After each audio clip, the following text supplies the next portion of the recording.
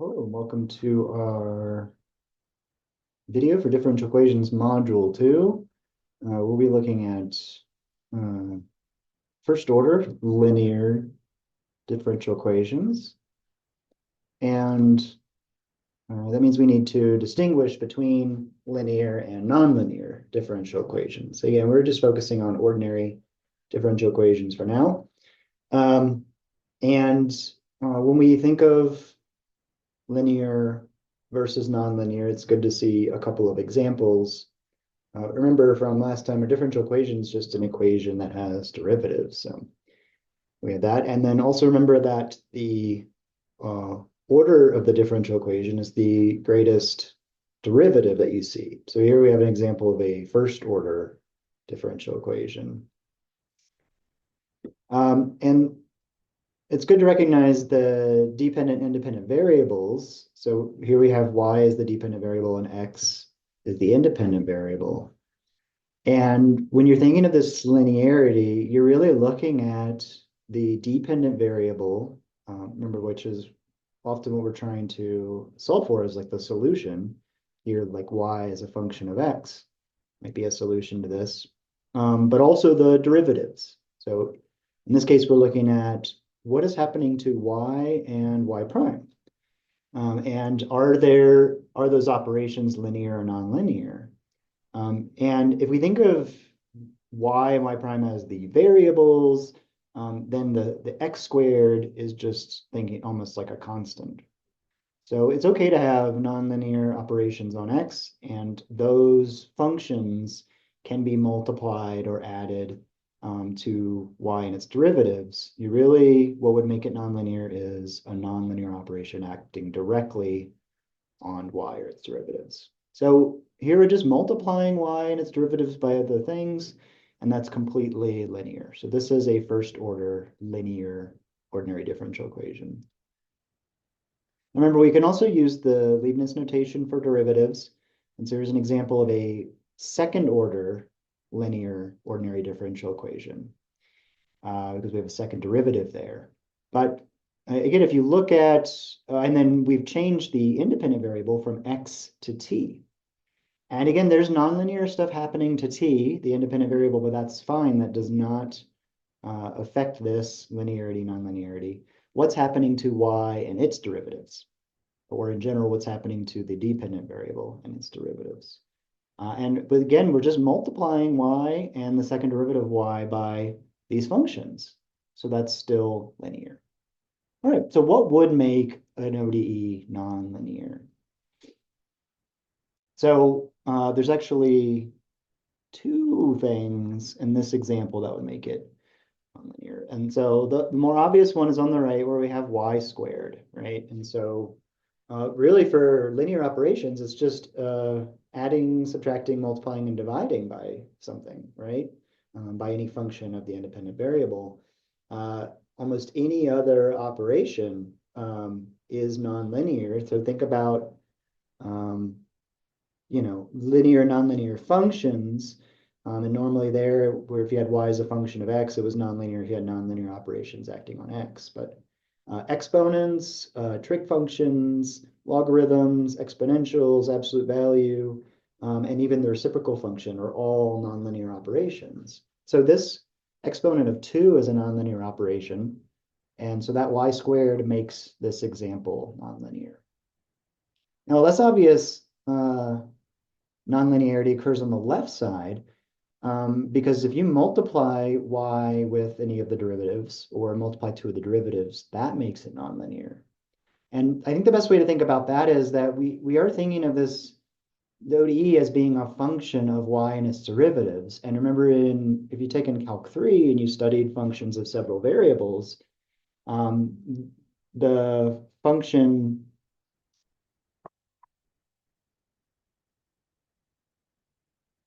if I had the function f of xy equals x times y, that was a nonlinear function. So multiplying the variables in a function in general makes it nonlinear for multivariable functions. And so for that same reason, multiplication between y and its derivatives, or in general, multiplication between the dependent variable and its derivatives, will make it nonlinear.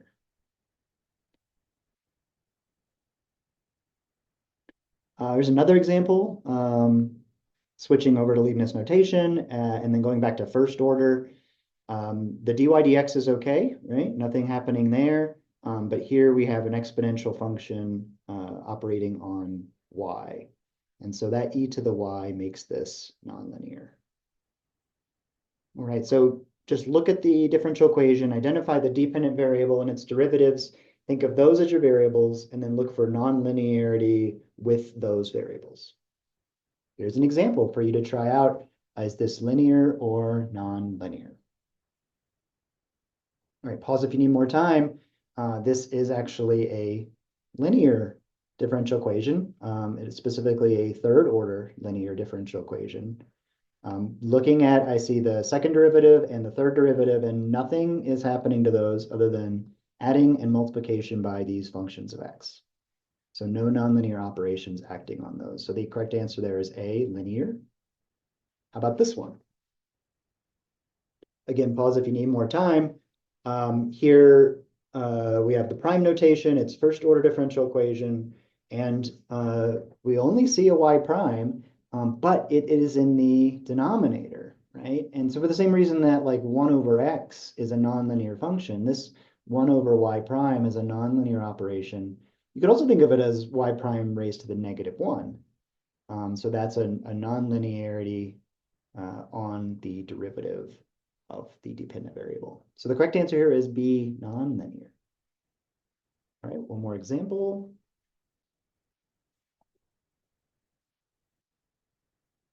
Again, pause if you need more time. This goes back to being linear. I see y, nothing happening there except dividing by a function of x. I see y double prime, nothing happening there except multiplying by a function of x. So everything is good, that is linear.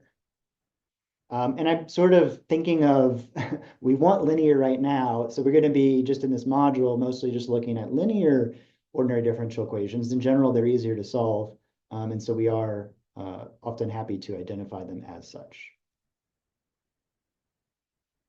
All right, so I think this is our last example.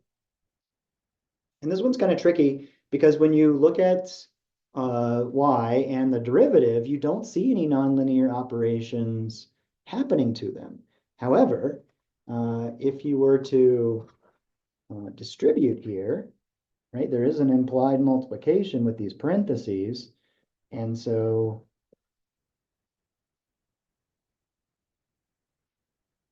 let's say that's equivalent to this differential equation.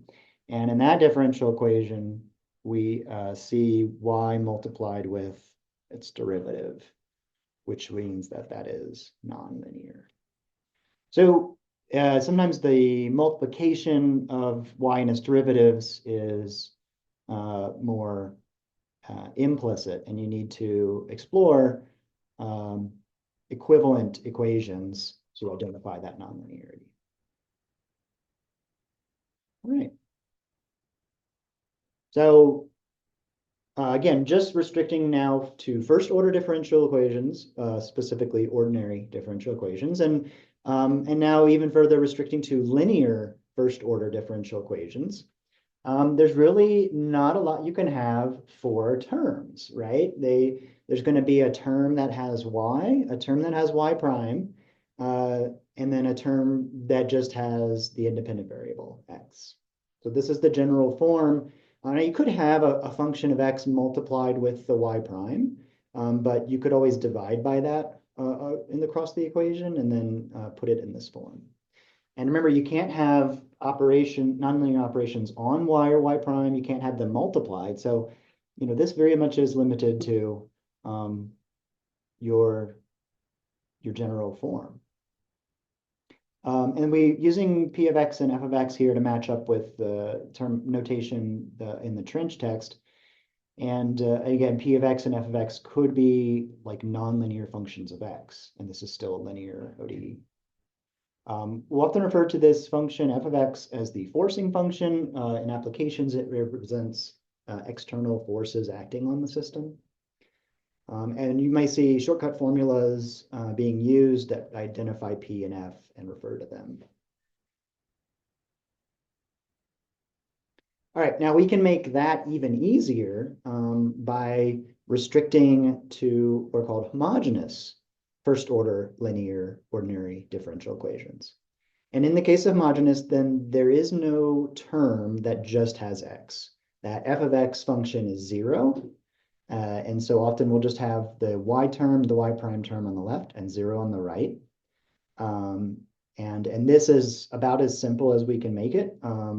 P of x could be a constant, but we don't go that far. We will start by solving this homogeneous case, and then we'll use that to solve the non-homogeneous case and develop in the two methodologies in this module a way to solve every linear first order ordinary differential equation.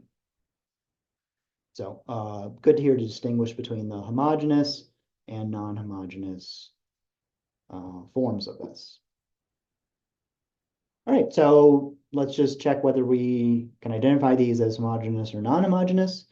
This is an example. Again, you may have to simplify and put it in the general form to identify that. So maybe take a minute to do that now and pause if you need some more time.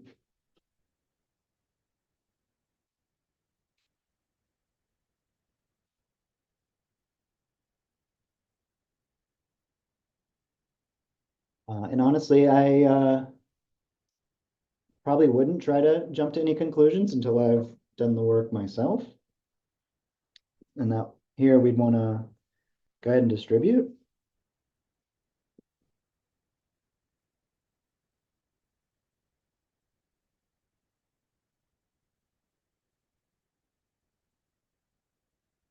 And remember our general form.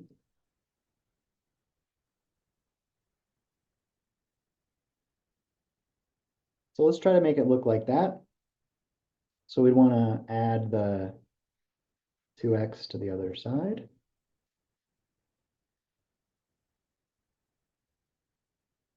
And then we want to probably switch these order-wise.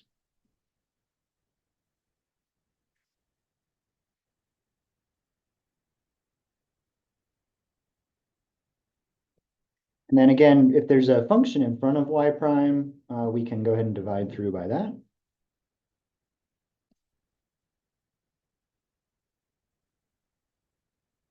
And so we get it in the general form.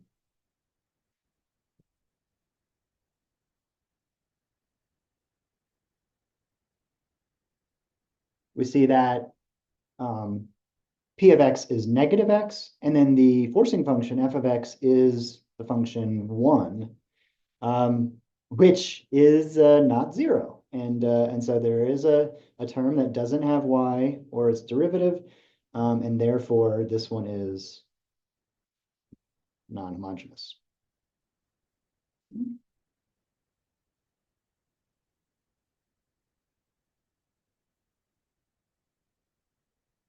How about this example?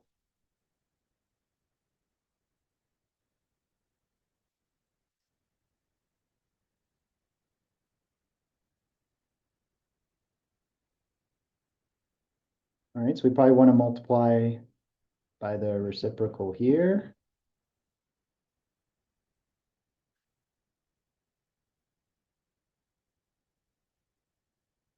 And then maybe subtract that term over.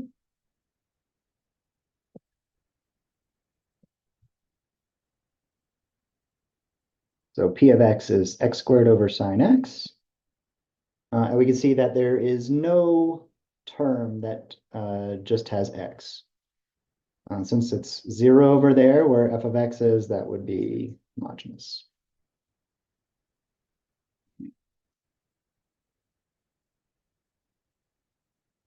All right, one last topic to talk about is the idea of a general solution versus a specific solution. And this came up in the last presentation where we talked about these slope fields and how they have all these different solution curves. The general solution includes one or more undetermined constants. And the choice of those constants values will pick one of the specific solutions. So the general solution will kind of represent all those possible solutions in a single formula. And it's usually what we arrive at first. And then we use the initial condition to get a specific solution. So choosing one out of the many. All right, so here's an example of a first order linear non-homogeneous ordinary differential equation. And we'll see in the methodology how to solve this, but you would be able to first arrive at the general solution. And so notice that here we have y as a function of x, but there's this c. And sometimes people will use a capital C, sometimes lowercase. And when you go up to second order, you'll have two c's. In general, the number of constants will match up with the order of the differential equation. So for now, just one c there. And so you would, choosing different values of c would give you those different solution curves.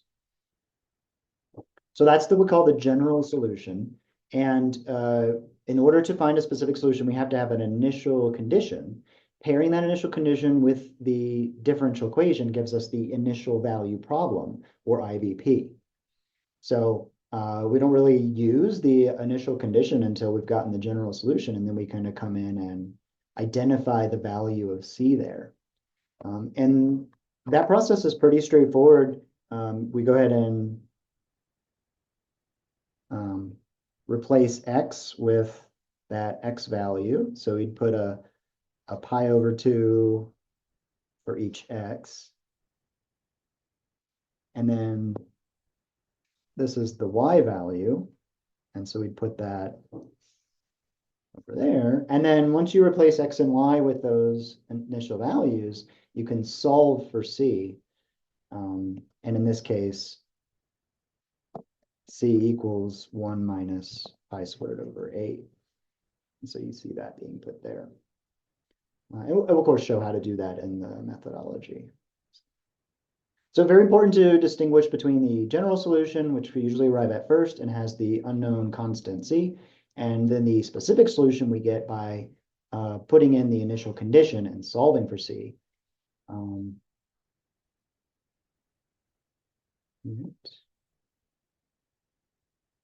So at this point, we are ready to solve a homogeneous linear first order ordinary differential equation.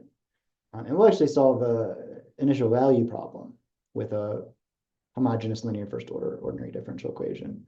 And then once we get that, we'll use that process to solve the non-homogeneous case as well in this same module. So you ready to go on to those methodology videos and activities from here? And I'll see you in the next module.